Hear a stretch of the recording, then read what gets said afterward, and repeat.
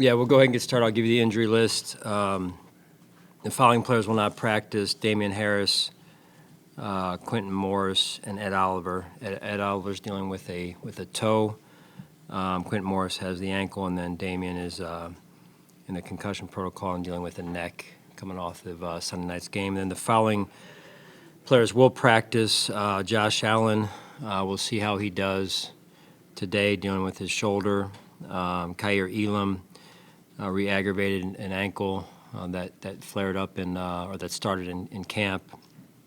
Cam Lewis, shoulder. Dane Jackson is still dealing with the foot. Greg Rousseau with the foot. Dalton Kincaid has cleared concussion protocol. He will practice. And then Dawson Knox with his wrist. So that's the list I have for you, and the time's yours. So, just to be clear, the second half of those guys practicing, but like in a limited capacity or something? We're gonna walk through today. Yeah. So. What's the concern level, obviously, with Josh's shoulder? I mean, all injuries are concerned. Yeah. What's the concern level with him? Yeah, I'll know more a little bit after today and seeing how he does out there. And always a concern, as you said. I know we've been around, around each other enough that he'll communicate if things raise to a certain level. Right now, it's a one day at a time approach here, so we'll see. Is the Wednesday walkthroughs 2 weeks in a row just a function of your schedule, or is this a philosophy change that you're No, doing? just a function of the schedule, and trying to make sure that giving the guys a chance to get their legs back underneath of them, coming back from London and then into a late Sunday night game, and not having their normal routine. So I think that's important. Did Ed play through the toe injury at all during the game? A little bit, yeah. How important has he been to you guys, especially with Daquan going down? It seemed like he's just been playing the most consistent football of his career. He has. And again, similar to A.J. Epinesa and a few others up front, I mean, it's been fun to watch their growth. Ed, as you mentioned, and just different process during the week. I think it's development, maturation, focusing on that process, and I think that's why you're seeing some of the results we're seeing. Knowing Josh's competitive nature and just even with his shoulder being sore, to see him lower his shoulder into that linebacker in the end zone, would you have been surprised if he didn't do that in defending his teammate? Yes and no. I mean, he's very competitive. We've got a bunch of very competitive, guys, staff included. And so, as I said before, I wouldn't expect our players to back down. But there's also a sense of being smart all the while too. And but I didn't, he knows, and you don't back down. So. Hey, Sean, when you have your offense with some tough sledding the last couple of weeks, do you see a frustration level? Do you see them anxious? And if so, how do you sort of tell them to relax and stick with what they do best? Right, I think it comes back to consistency more than anything, and the things that lead to consistency. And I think that's where our focus and intentionality needs to be, is what gets us to be more consistent. Because there's been games when we have shown what we can do, but not enough on a consistent basis, whether it's within a game or game to game. And I think that's really where our focus needs to be this week. Is there a need to maybe, do you sense that this offense can get to answers quickly into into counteracting what defenses are doing? Can they is that there?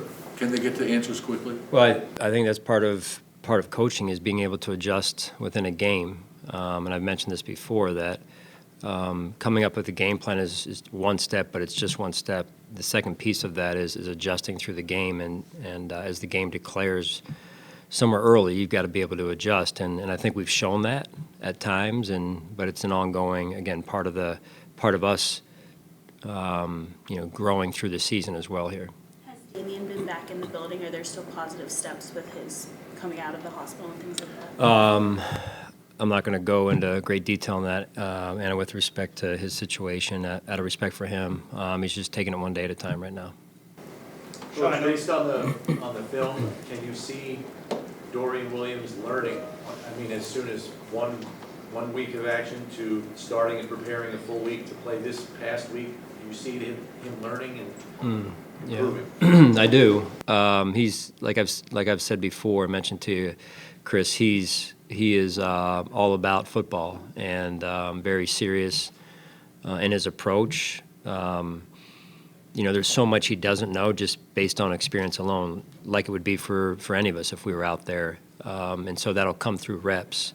And I just love his attitude. The players love playing, with him, and they have great respect for him at a young age because of his style of play. Right? He goes all out.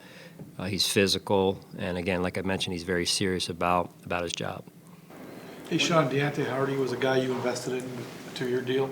10 snaps, I think it was this past week. Is that a guy that you need to start finding a way to get him on the field and get him more involved? Yeah, I think overall, whether it's Hardy or some of the other names that could be brought up as well, I think it's just about, hey, we're going into week 7 now. We should know some of these guys and what they do best and the roles that they're going to play and the positions they're going to occupy for us, and it's putting them in those positions so that we can be the best offense we can become. You got here, I'm sure you remember the talk about what's it going to take to beat the Patriots. You've beat them 6 out of 7 times now. I guess maybe the question in New England is what's it going to take to beat the Bills at this point? What do you make of this flip? Is it just as easy as Tom Brady leading that team? Well, we've got great respect for the Patriots and what they've accomplished. I mean, they have a deep history of winning.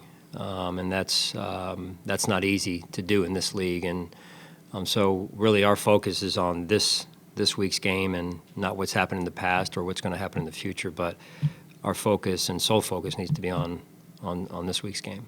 Sean, I know Dalton Kincaid hasn't put up big numbers this season, but did your offense miss him, just his presence on the field and maybe things that he does to the coverage just by being there on Sunday night? Well, Dalton is a He has good football ability. I mean, he can help us, even though he's young. He can help us. We've seen that. You guys have seen it at practice, and we have a lot of confidence in Dalton. And I think the best is yet to come with him. What do you the final 2/3 of the regular season? What would you like to see in him development-wise? Well, just like I said, with our entire football team, or the offense in this case specifically, with, as you mentioned, Dalton, is us continuing to develop consistency of. Putting players in a position and us developing execution, because that's the key piece of offensive football in particular, is execution. And so the detail that leads to the execution is developed Monday through Saturday before a Sunday game, obviously. And, Dalton, getting Dalton involved, getting Dawson involved. So Hardy, all these, it's impossible. There's only one ball, right? But to get into a rhythm, it takes a certain approach and a certain level of detail to get the execution we need so that you can get into a rhythm. And we just haven't had that level of execution, and that has affected our rhythm. When you come off the field after an early 3rd down or 3 and out, it's hard to get into a rhythm. So it's about establishing a rhythm through execution. If I could, I'd like to go back to the answer that you gave Sal a second ago about kind of defining the roles of certain players inside the offense. Do you feel like you're a little behind where you'd like to be at this point of the season, and how do you get those roles defined? I think we've done it at times, but we need to do more of it. And just, again, putting our collective minds together, heads together, and saying, hey, this is what this player does best, and how then does it all come together into one unit and shaping a purpose and a plan each week. And we've done it at times. We've flashed that at times in different instances, different games, or parts of different games as well. And I'm excited because I know what we're capable of. You watch the Miami game, you watch the Raiders game, and so it's there. It's been there. It's just we've got to find that. Every year, whether it's defensively, offensively, or special teams, through the course of a season, you have to continue to evolve as the team evolves and as the year evolves, and people get to knowing who you are and how they want to defend you, and then it's trying to stay a step ahead all the while. Sean, I know it's next man up seems like a cliche at times, but to see what Quintin Morris did and the play that he made on one ankle, does that kind of send the message of like, that's what we're talking about? It's his first target of the year, a huge spot in the game. Is that something that you can point to all the guys and say you never know when you're going to be ready? And on top of that, as you mentioned, he was hobbling on that ankle, and he pushed through. I mean, there's a few other players that did as well. That really I didn't mention. I mean, Spencer Brown went out, as you guys know, in the game, came back in. That so to me shows a lot of maturity and growth on Spencer's part in behalf as well. So there's growth happening with some of our young players, and that's good to see.